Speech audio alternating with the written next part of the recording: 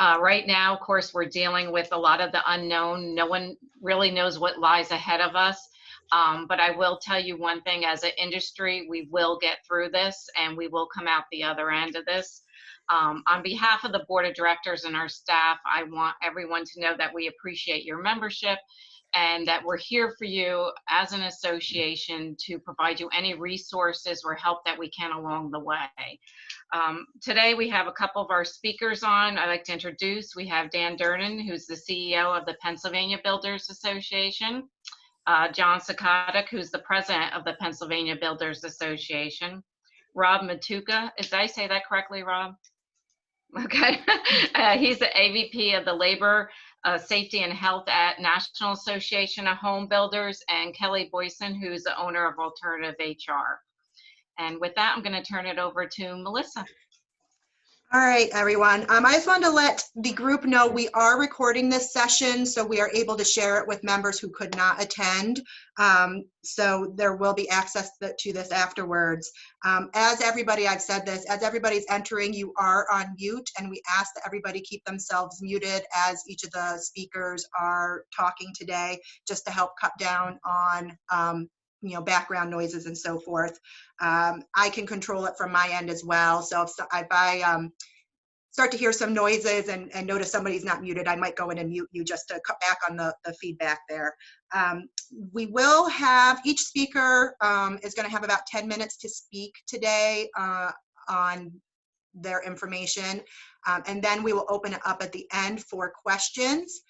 There is a chat option on the bottom of your screen that you can submit questions through. I will be monitoring that as we're going on and trying to track the questions and merge those that are similar. So then at the end, we'll have about 20 to 25 minutes to go back and review these questions. If we don't get to all of the questions today, I am going to be writing them down and who's asking the questions. So if we don't get to your question, we'll try to get the answers afterwards and provide those to you after the meeting. If anyone has any issues, we'll try to get those addressed. This is our first time doing a big Zoom meeting. We've done some small committee meetings.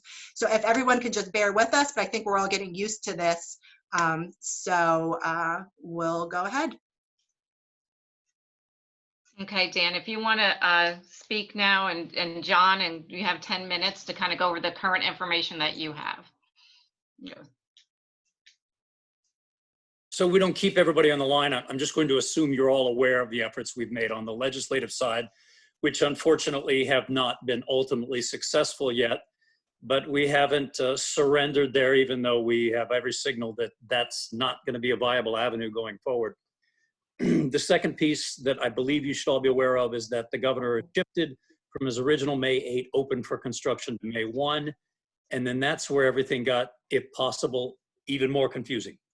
So since that time, John and I and some others have been working in contact with members of the governor's office, DCED, L&I, and frankly, anyone else we can get to take our calls on trying to figure out how do the new rules and guidance that was issued apply to you in your job space.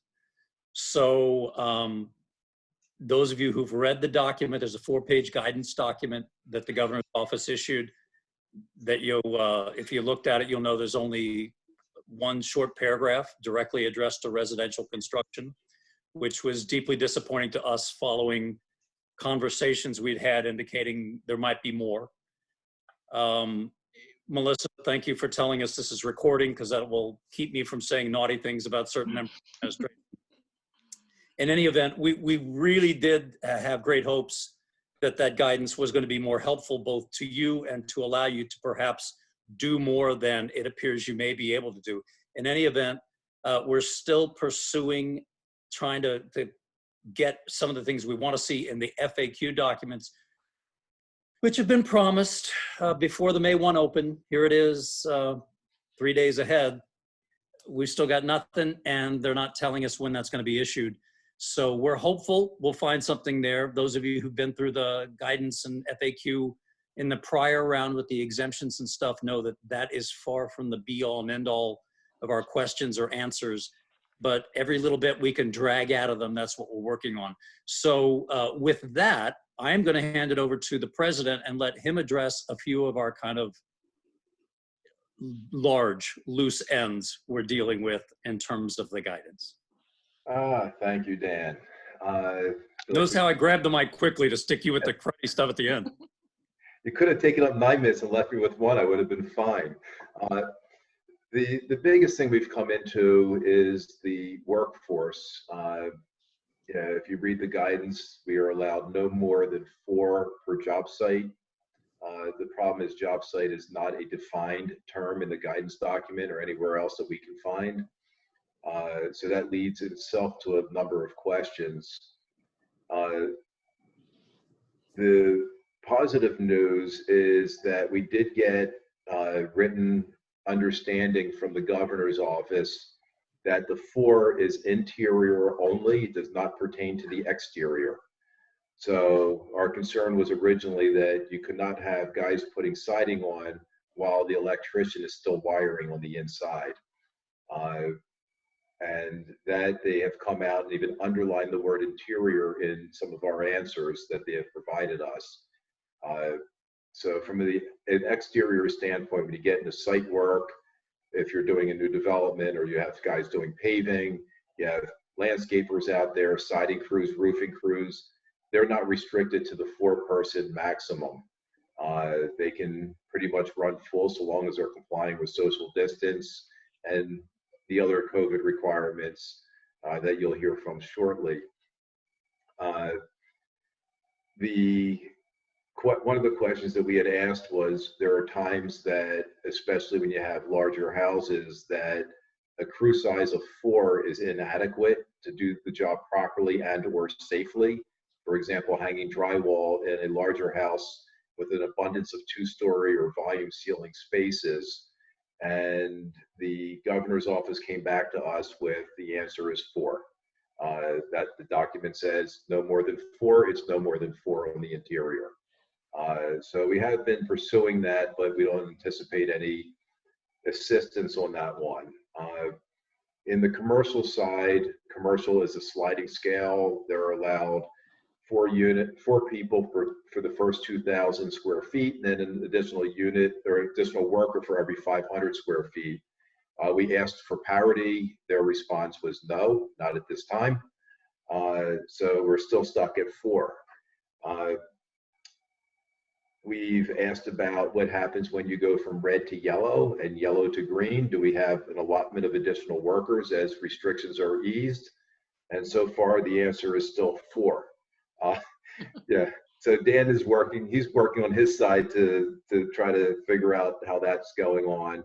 And we're trying to ask the governor's office, but since nothing, at least until the 8th, is going to go from red to yellow, it's almost a moot point until we see what they come back to us with. Hey, John, I just want to interrupt on one point where you made the distinction between inside and outside. So it's less clear in the guidance we have so far. We're hoping the FAQs build this out, but we've heard from both DCED and from the governor's office that everybody's exterior until you have walls and a roof, right? So just in case you get an overzealous local enforcement official, there is no inside until you have a structure. So don't have them telling you you can only use 4 people when all you have is a slab or all you have is a foundation. Now, we don't have that in writing yet in the FAQs, but that's what's been represented to us by at least 2 different government speakers. Thanks for the clarification on that one, Dan. We've also had questions that has come from PSATs.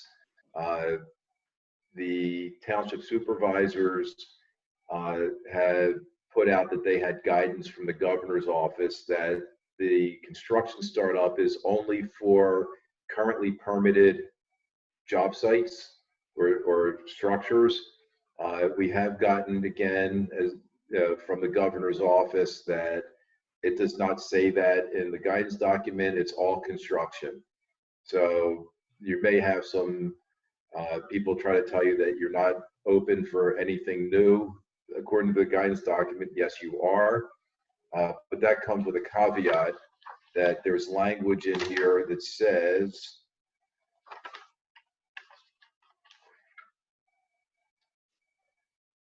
let's see, trying to find that, where's that one sentence, Dan? Is that the last?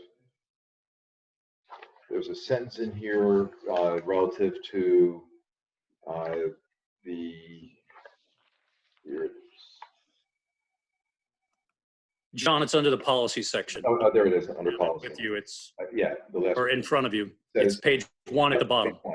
Local political units may elect to impose more stringent requirements than those contained in this guidance. In such instances, businesses must adhere to the more stringent requirements. So if a township does not want you constructing, they can come out and say that you're not allowed to construct and we must comply. So we tried to get some relaxation on that, but we were not given anything good. So be wary of those municipalities that are telling you that you're not allowed to construct, because this guidance gives them that opportunity, and we were not successful in getting that language modified at this time. That being said, we would hope that municipalities are encouraging and allowing you to work, because this is their tax base. This is their constituents. This is their residents that we're building for. And hopefully they see things that way. Other questions that we have gotten that we do not have great answers on are, what does this mean for your sales office or model home? And what does this mean for your corporate offices? To the best of our understanding right now, that is not specified at all in the guidance document. This is strictly for the job site. Therefore, your corporate office and model homes are still under the red, yellow, green. So staffing would have to be held accordingly to those restrictions. And we're also being asked about hand washing stations that are in the Department of Health's guidelines. There is something that if a hand washing station is not available, and by hand washing it has to be adequate amount of water and soap to be able to wash people's hands for 20 seconds at a time and number of users. You also have the ability of using hand sanitizers. So if you're able to have an adequate supply of hand sanitizers so that the resident or the workers or employees have the ability of utilizing the hand sanitizer, so long as it meets the requirements of 60% alcohol or greater, that would serve as an appropriate substitute for hand washing stations. We're also encouraging that social distancing, when people go to lunch, make sure that they sit apart. They don't congregate in groups of 10 or more. It has to be groups of under 10 for meetings. And again, social distancing comes into play. Wear your mask. The question of N95 masks comes into, and Rob, I'm hoping that you'll jump on that a little bit when the time comes. The N95 really is a requirement of OSHA. So if it's an OSHA related activity, the N95 mask is required. Other than that, the state of Pennsylvania Department of Health is allowing cloth masks or any kind of facial covering that is findable, usable. Their main thing is to make sure your nose and mouth are covered.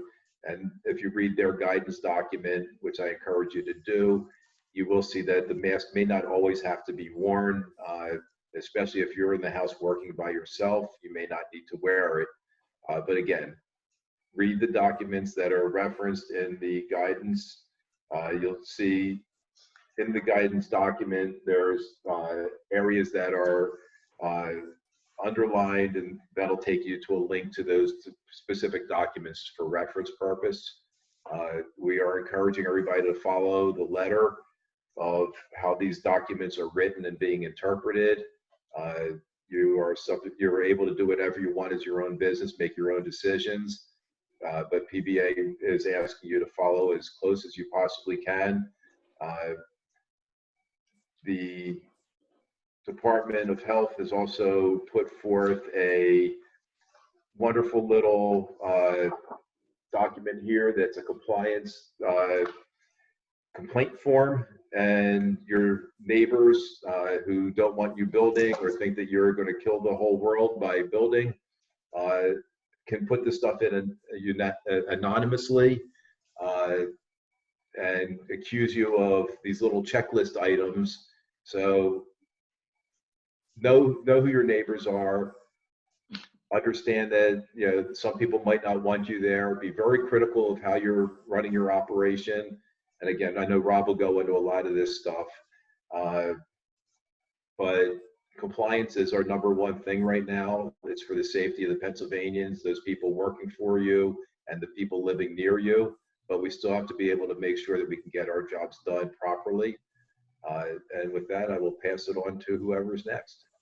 Yeah, John, I just want to follow on the last point, if I can, Melissa, before we move. Because of the George Orwell complaint form, it's really important that you both follow all the rules, but make it really obvious that you're following all the rules. So be visible and maybe advertise that you, in fact, are following every OSHA, CDC, Department of Health guideline that you can possibly find.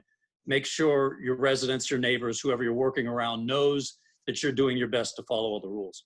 The one other item I just want to mention before we move to Rob, I know we have suppliers on the call, and I know some of you are worried about how you're going to get the materials for your homes, even if you're open. What's the story with suppliers? It's not clear right now, but for the most part, it looks like most suppliers are going to be subject to the red, yellow, green format that applies to most other businesses. We particularly ask them this question in relation to kitchen cabinet manufacturers, which in the life-sustaining business list seems to be on the "we don't like you." We didn't get much of a response, and they didn't seem very sympathetic until I indicated to them getting a lot of calls from out-of-state builders who want to know how they're going to get their kitchen cabinets from their Pennsylvania manufacturers. And all of a sudden, they seem to perk up their ears. So I'm sorry for the suppliers on the call. I've got lousy news for you, but we're still working on that angle as well.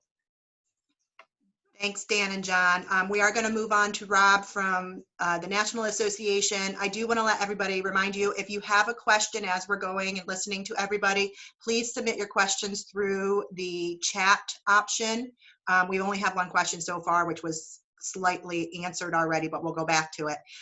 So just, Rob, if you want to go ahead, you can start. And then you've got about 10 minutes or so. Since we don't have a bunch of questions coming in yet, I'm giving you a little more time to speak.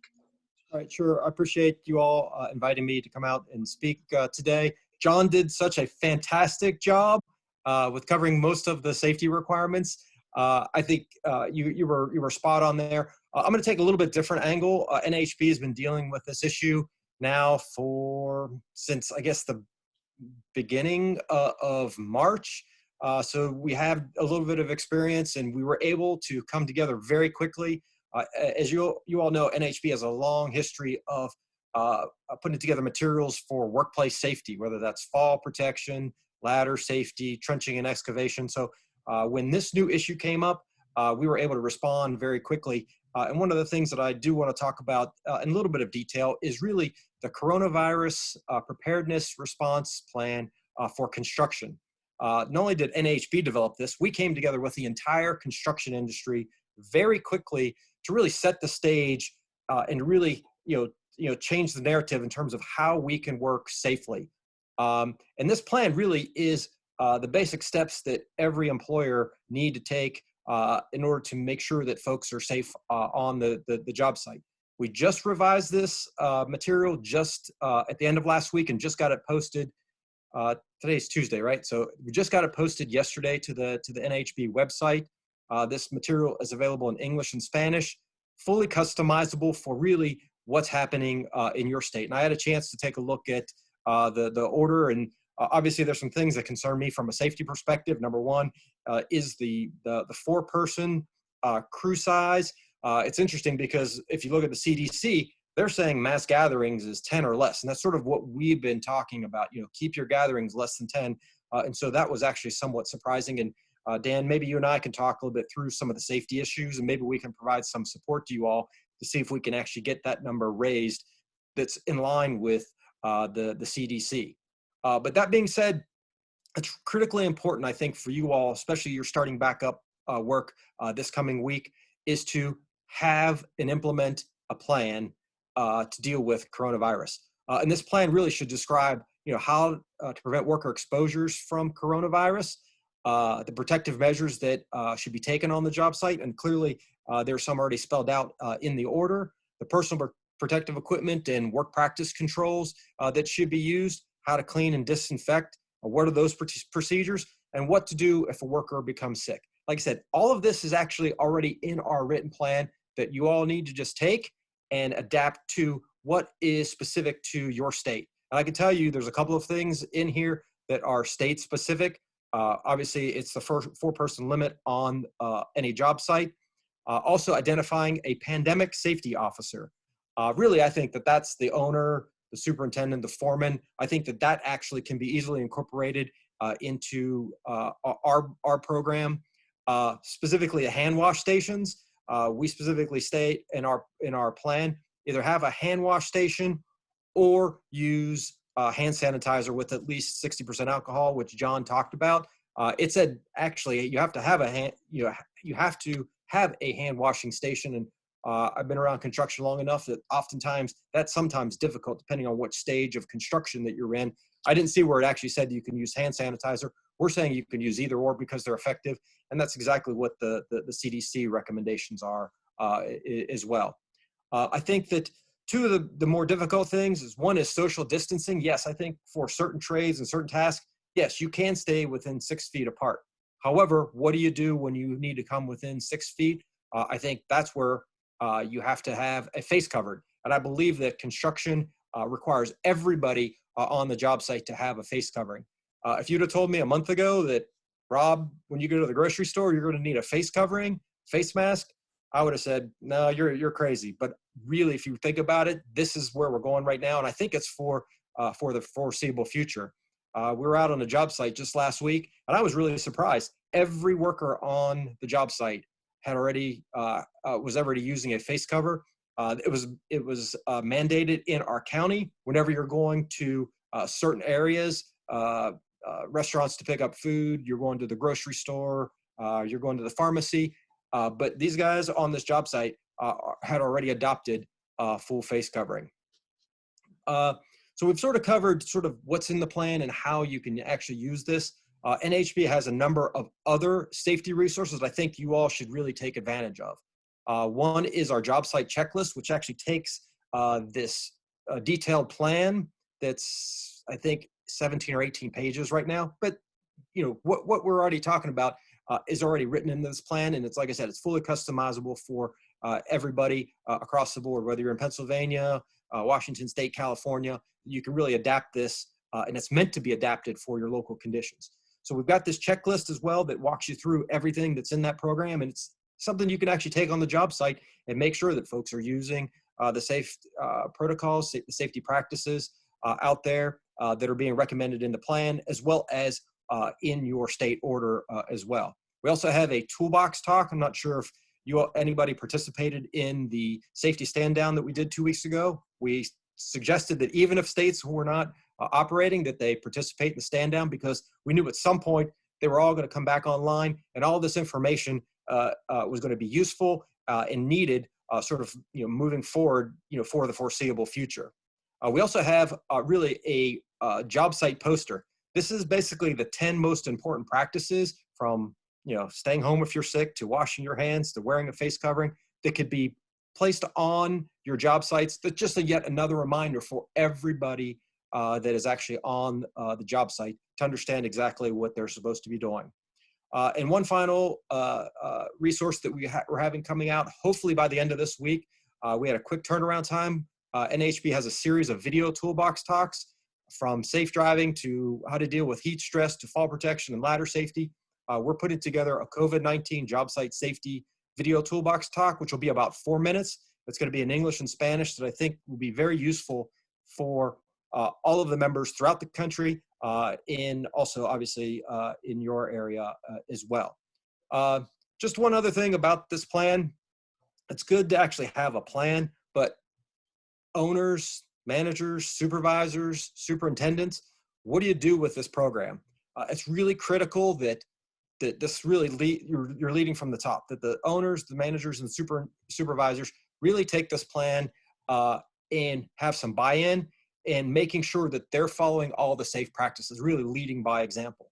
And then for the workers, for the employees, making sure that they're also following all of the safety practices as well. As Dan pointed out, and listen, you know, you're going to be working next to neighbors, other folks. You want to make sure that you're maintaining some semblance of really job site safety, and making sure that those workers and employees have some accountability as well. And then really it's just everybody's responsibility to, you know, if they're sick, stay home, and also maintain a good hygiene, making sure that they're washing their hands, covering their faces, not, you know, when they sneeze or cough, those types of things. And I know that's really difficult this time of year when anybody like me has allergies. I mean, it's just, some people look at me, hey, does he have coronavirus? Does he have allergies? I think they're allergies right now. A couple of other things that I did want to talk about. We can't forget about the rest of the safety issues that are out there right now. Obviously, OSHA has a top 10 list of violations. I provided Melissa a little bit more detail, slides. I gave a presentation this morning that was about a half hour. I didn't have time to actually put together slides for this because I figured I'd only have 10 minutes, but it has the top 10 OSHA violations. I think that we can't lose sight of making sure that the roofers and the framers are provided fall protection, that guys are wearing their hard hats and their safety glasses, that ladders are set up correctly, that scaffolds are built correctly, especially for your masons and your siding contractors. OSHA's looking at all that right now, and we recognize that, you know, construction right now, I mean, there's not a lot of other, you know, activity out there. So OSHA has really some sights on the construction activity that's happening. And does that mean we're going to see more inspections? Yeah, probably. And I asked somebody from your all's area, you know, is the Harley-Davidson plant operating? No, it's been idled. So what are those compliance officers? They're not going to be going to the manufacturing. They're going to be going to those activities where work is being conducted right now. Just a couple of other things that I did want to mention. As we were putting together this plan, there were a lot of questions in terms of OSHA compliance. We, along with our construction industry partners, asked OSHA a couple of questions, and they've given us some answers. I think the first and foremost is, if somebody comes down with coronavirus on the job site, is it an OSHA recordable? OSHA's sort of been all over the place on this. And at first they said, yes, it is recordable. And we went back and said, wait a second, this doesn't make any sense. You know, if a common cold or the general flu is not an OSHA recordable, whether or not your signs and symptoms, you know, showed up on the job site, why is coronavirus? Especially, I think we just hit 1 million positive cases of coronavirus. How do you track that to the work site? Well, OSHA did give us some relief. And OSHA says that they're not going to enforce the record-keeping requirements to make work-related determinations. One, if there's objective evidence, unless there's objective evidence that that the case is work-related. My sense is, to give you an example of objective evidence, is that if you have a framing crew and they all come down with coronavirus, my sense is that that's probably some objective evidence. And the second part of this is that the evidence was reasonably available to the employer. So if everybody's calling in sick because they have positive tests, that would more than likely meet the trigger for this to be OSHA recordable. Like I said, that's sort of the long and short of it. My sense is that, you know, one-off cases here and there are not likely to be OSHA recordable unless there's some pattern that is there. The other enforcement guidance that I wanted to talk about is the OSHA Interim Enforcement Response Plan. And this really has to deal with how OSHA is out there enforcing during coronavirus. Luckily, this plan really addresses the high-risk scenarios right now for coronavirus. It's really in the healthcare settings. One note about this guidance that I think you all would be interested in is really on how OSHA is going to use the general duty clause. And You all may or may not know there's a general duty in the Occupational Safety and Health Act that says every employer has a general duty to make sure workplaces are safe and healthy. For coronavirus, there is no specific OSHA rule or regulation. So really what they're looking at is, are employers keeping the job site safe from all hazards, but specifically from coronavirus. And the question keeps coming up, well, there's a lot of recommendations by CDC. Those aren't OSHA rules or regulations. They're recommendations by the CDC. And really what OSHA has stated is that OSHA will look at employers and making the determination if they're following CDC guidelines, specifically really for social distancing and for face covers, and make that determination as to whether those workers are protected from the hazards. My sense that if you are not trying to social distance and not wearing a face cover, I think that you leave yourself vulnerable for an OSHA citation. Does that mean that you will get one if OSHA shows up? No, not necessarily. They have to still prove that there's a hazard out there. But I think that, to err on the caution side, follow the CDC guidelines, which is actually already included in the Pennsylvania order, which is everybody at the job site must wear a face mask or face covering. And if you go to cdc.gov, it shows you how to easily make a face covering out of a t-shirt, out of a bandana. And I think that's something that's important as well. I think that's all I had in my allotted time. I know that the issue of respiratory protection came up as well. Let me conclude with that specific issue. We recognize that there is a shortage of N95 masks. The government has said, by the way, if you have those masks, construction companies, please donate those to the healthcare. We recognize that. Obviously, OSHA requires N95 respiratory protection for certain OSHA standards. And if you think about this, respirators are intended to keep any particulate from getting into a worker's lungs, as opposed to the face mask, which OSHA doesn't consider personal protective equipment. It's really to protect others if the wearer has COVID-19. What OSHA has said is that they've given us a little bit more flexibility on this.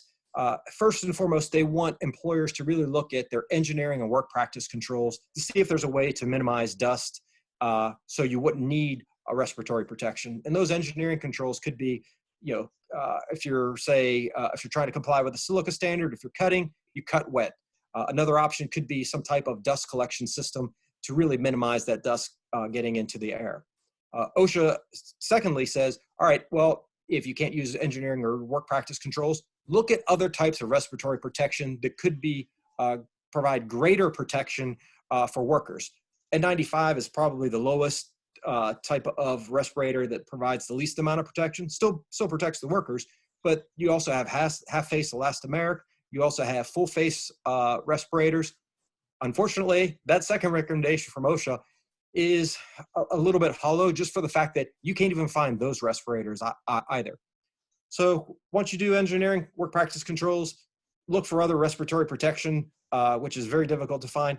OSHA said the third option would be to reuse respirators. So you can reuse those N95 respirators as long as they're still effective, as long as the material is still intact, as long as they're not deformed, as long as they're still in good shape. So if you actually have an N95 respirator, OSHA says, yes, you can reuse that respirator. It has to be by the same individual that used that respirator in the past, and just try to keep it in good shape. So my recommendation is, if you have N95 respirators, you want to reuse them, treat them like they're gold, because it's almost like that right now. The other thing that OSHA has stated is that if you have outdated respirators, so you have a pack of old N95 respirators in the warehouse, if they're expired, OSHA typically would not allow you to use those respirators. OSHA is now saying, yes, you can use those respirators. However, just check with the manufacturer, with the model, with the date it was issued, just to make sure that you're still allowed to use those expired respirators. OSHA is allowing that. And finally, OSHA is also allowing non-NIOSH approved or certified respirators. In order to comply with any OSHA standard for respiratory protection, you have to use a NIOSH certified respirator. What OSHA is saying now is that you can actually use respirators that are certified by other countries. I'm hearing that those are available here and there, but still not widely available. So I think on respiratory protection, try to eliminate the dust whenever you can, and then look at other alternatives to N95 masks. Obviously, I'll be around for the rest of this call. Love to answer any questions because I know that there's probably still a lot out there. And I'm glad to see that Pennsylvania and some other states are getting back to work. And NAHB is here to help you all make sure that you continue to work and that the workers are safe along the way as well. Thanks, Rob. So next we are a little off schedule, but we have a few questions. Next we have Kelly Boyson with Alternative HR. She's just going to touch a little bit on the different opportunities that are out there for our members and for businesses in general. Thanks, Melissa. So first I'm going to touch on the Families First Coronavirus Response Act. This one has now been around. It was introduced March 18th, went into effect April 1st. So many of you have probably heard about this already. However, because some of you weren't really working, you probably felt it wasn't applicable, and we'll push it back till we have to deal with it. So I do just want to cover what that covers. So if you have an employee who is subject to federal, state, or local quarantine or isolation because of a COVID-19 related reason, they've been advised by their healthcare professional to self-quarantine, they've experienced symptoms and been tested but don't have results yet, if they're caring for an individual subject to a quarantine, or if they're caring for a child whose school or place of care is closed, which impacts most of Pennsylvania since they have all been closed, then you may have an employee who is eligible for this FFCRA pay. And for the first 2 weeks of that, they're considering it sick pay, and they should be paid 100% of their regular rate of pay to come to work, to miss work. And you will then be reimbursed for that upon your next quarterly tax payment. If they're missing work because of to care for someone who has COVID that's in their immediate family, like a child or a child who's missing school, then you should pay them 2/3 their regular rate of pay for a max of $200 a day. And it's very important to track this specifically to make sure that you get the credits and the reimbursements on it on your taxes. So I've probably answered 200 questions about this in the last few weeks. I'm sure there are many particular situations that you may have questions about. Feel free to follow up with those because they could be potentially endless. But I just wanted to give a quick overview of those different types of reasons why folks might miss work, and you may legally be required to pay them anyway. Now that act is for private employers with or public employers with less than 500 employees. If you have less than 50 employees, you could, there is a waiver process, but it is rather difficult and unclear on how that is going to work. So the guidance that we've received so far is there isn't a formal application to be waived from this process. The exemption operates to exempt the employer from the requirement to provide leave for childcare issues. So, the first 2 weeks that's considered the sick pay, that's one bucket of time, if you will. This bucket of time that you can have waived would be from week 3 through week 12 of the extended FMLA, if you have less than 50 employees. And what they're going to be looking for in order to approve that waiver is if you're providing that paid sick leave or expanded medical leave, and it would cause your expenses and financial obligations to exceed the money you have in the bank or cause you to cease operations altogether, then you may be eligible for the waiver. Also, if you have an employee who's requesting a leave, but if that employee has a specific skill set that's you're going to need in order to be able to make money, then you may also be considered for the waiver. But you have to be able to document this very, very clearly in order to be considered. They're going to consider very few folks for this. The third way you could qualify is if you cannot find enough workers who are able, willing, and qualified to be able to work, and you can't even operate at a minimal capacity because you simply don't have enough people who are able to come to work. And that would be the third possible qualifying factor. But at this point, again, there's no application. You just have to document this very clearly. So if anyone comes back and questions why you're not offering it, you can show that in the hopes of getting the exemption. And finally, one of the things we're probably getting the most questions on is the unemployment system. And quite frankly, there are still a lot of questions. So for those of us who are business owners or self-employed, the PUA, Pandemic Unemployment Assistance application, did open up about a week and a half ago. However, it's been very, very difficult. The system is obviously broken in Pennsylvania, and it's been very, very difficult to get through and get approved on that. The application can be found at the uc.pa.gov website under filing for PUA, and good luck getting through on that.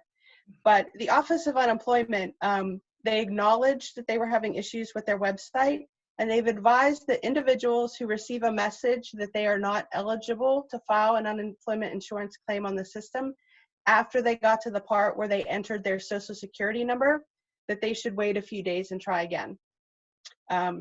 So again, good luck getting through on that. And then probably the most common topic this past week is, what do we do if employees are refusing to come back to work? Perhaps they're making more on unemployment than they would have coming to work for you. And the guidance that we've received on this is, an employee who is scared or refuses to work does not fall under the FFCRA leave criteria.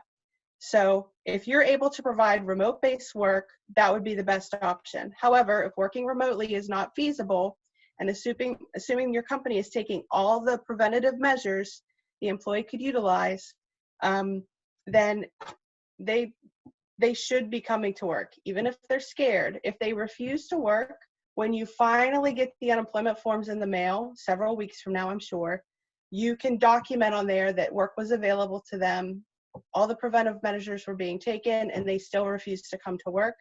And at some point, they'll probably be asked to pay that money back.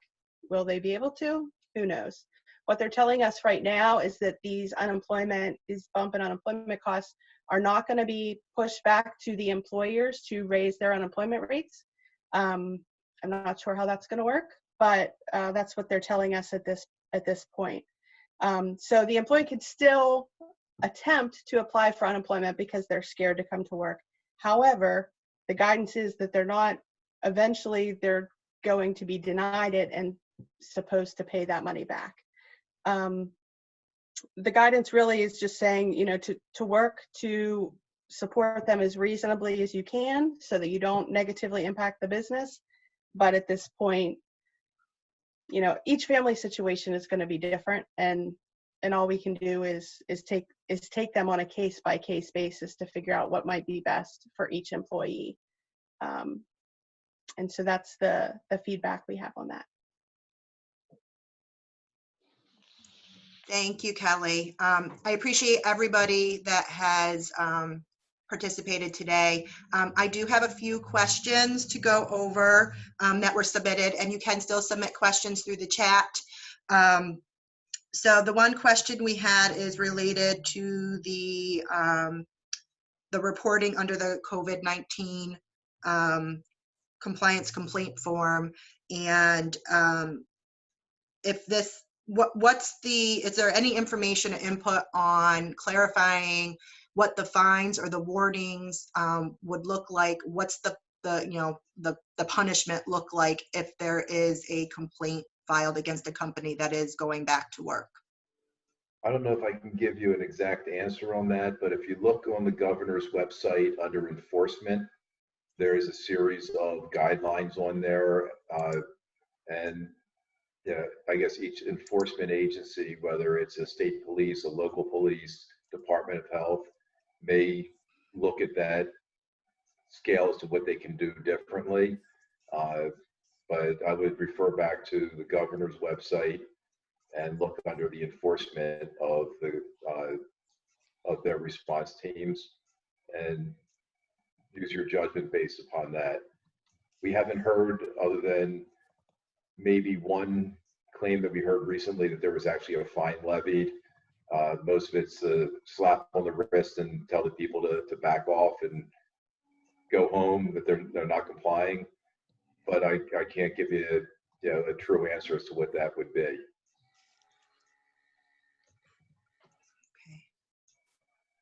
All right. And then if no one else had any other input on that, our other question is from Lori Grove. She is with Thaddeus Stevens College of Technology in Lancaster. They've been a member of ours for a couple years now. And she is wondering, a lot of their students have had their job offers pulled back for obvious reasons.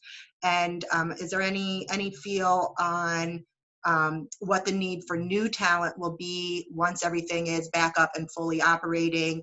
Do you have any advice for these students who have gone through their education and training process and have these skills, but are now kind of in limbo?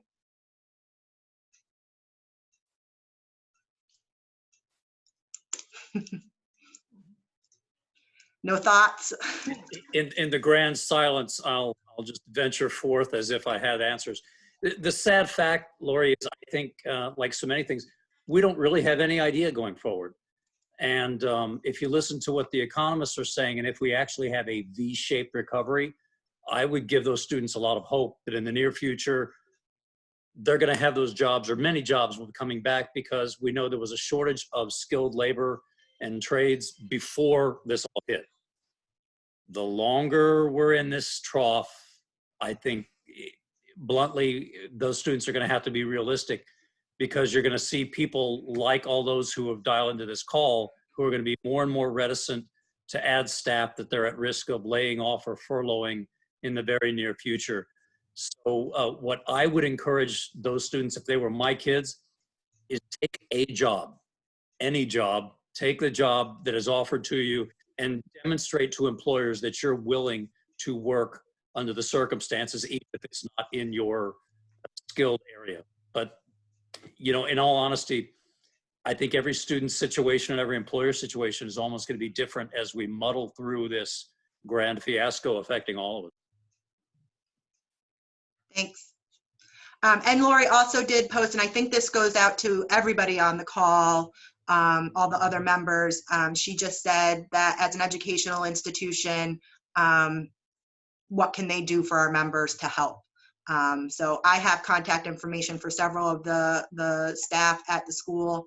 I think right now we have about 10 minutes left. So, and I don't see any other questions. So if anybody has a question or wants to respond, you can unmute yourself, or I can unmute you and respond if you want, and then we will wrap up the call.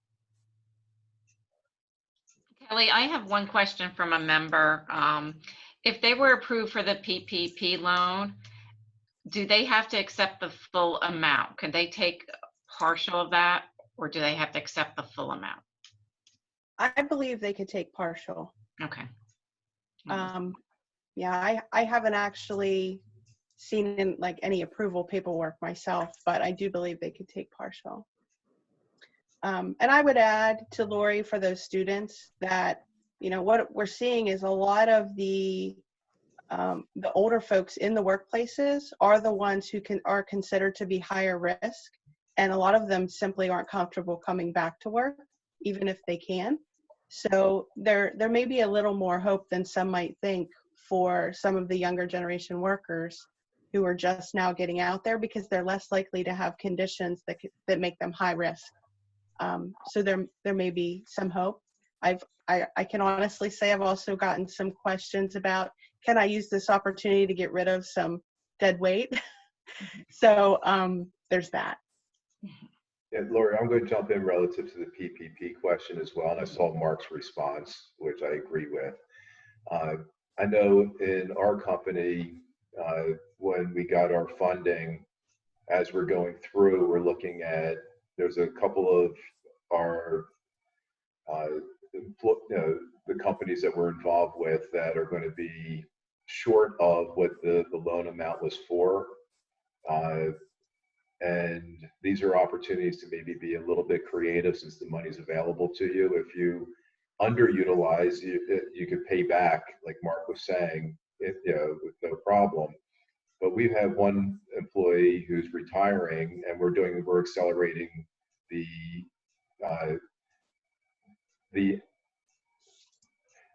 whatever the correct technical term would be for what we're going to give her, upon her leaving.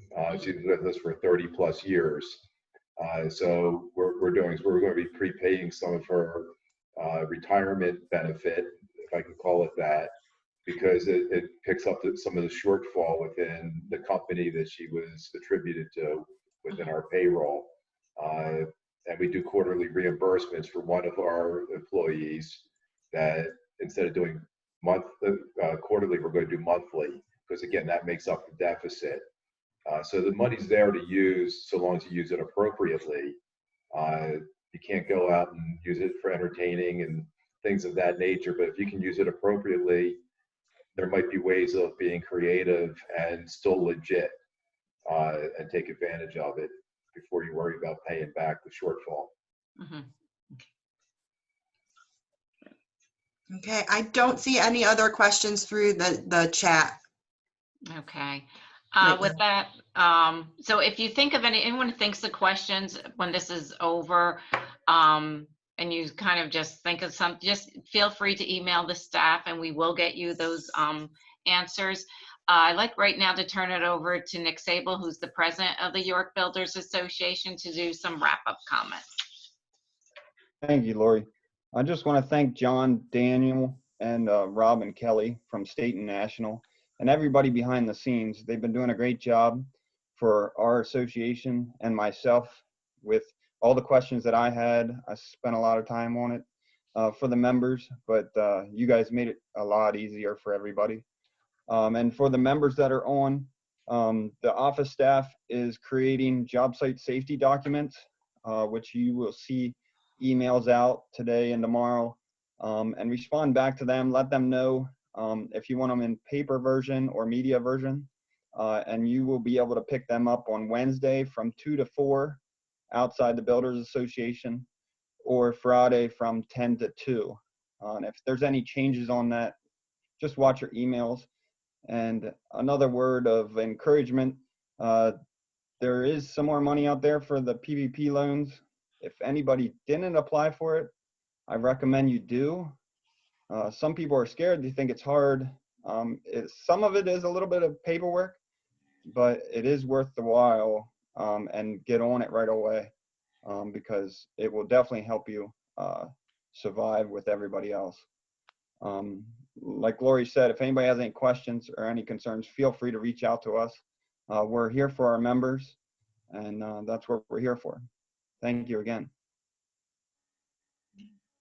Thank you. And again, if with the PPP loans, we as staff has helped some of our members complete that application for a bottle of wine.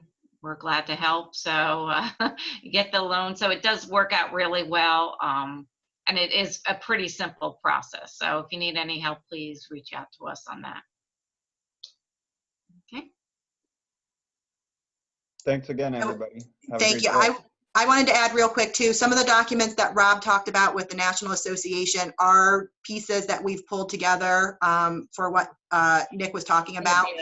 Yes, so we have pulled a lot of resources from national, state level into that document that Nick mentioned. So we will have that for our members in several different formats. So. See, Melissa, I could jump in for one quick second. There's one thing that I know that there are builders in many jurisdictions that do spot lots where they build in multiple different neighborhoods, a house here, a house there, where they're not able to maintain a physical presence at each house at all times every day. You might want to make sure that the different paperwork, whether it's a checklist, a health check when you first pull in, or some of the other guidance documents, make copies of them, post them inside maybe the garage, by the garage door, or somewhere in the foyer, and just make sure that your contractors know that when they come in, they should self-check in this evaluation, put their name down, answer the couple guidance questions if you have that. Make sure they go into that routine so that you at least have documentation that you are trying to comply, because it's hard to have that compliance safety officer sitting at every job because we don't have those people. Do the best faith effort that you can, but especially if you're a spot lot builder, you want to have documentation at each of these locations for people to fill out or self-evaluate and know that it's there, you know, preferably in English and Spanish. You know, NAHB, we need Portuguese too. So, you know, but they probably understand Spanish. But we do need to make sure that you are making a good faith effort, because if you are questioned for enforcement, you could show that you have been trying to comply. It's better than saying, oh, I don't know how to do it. At least try.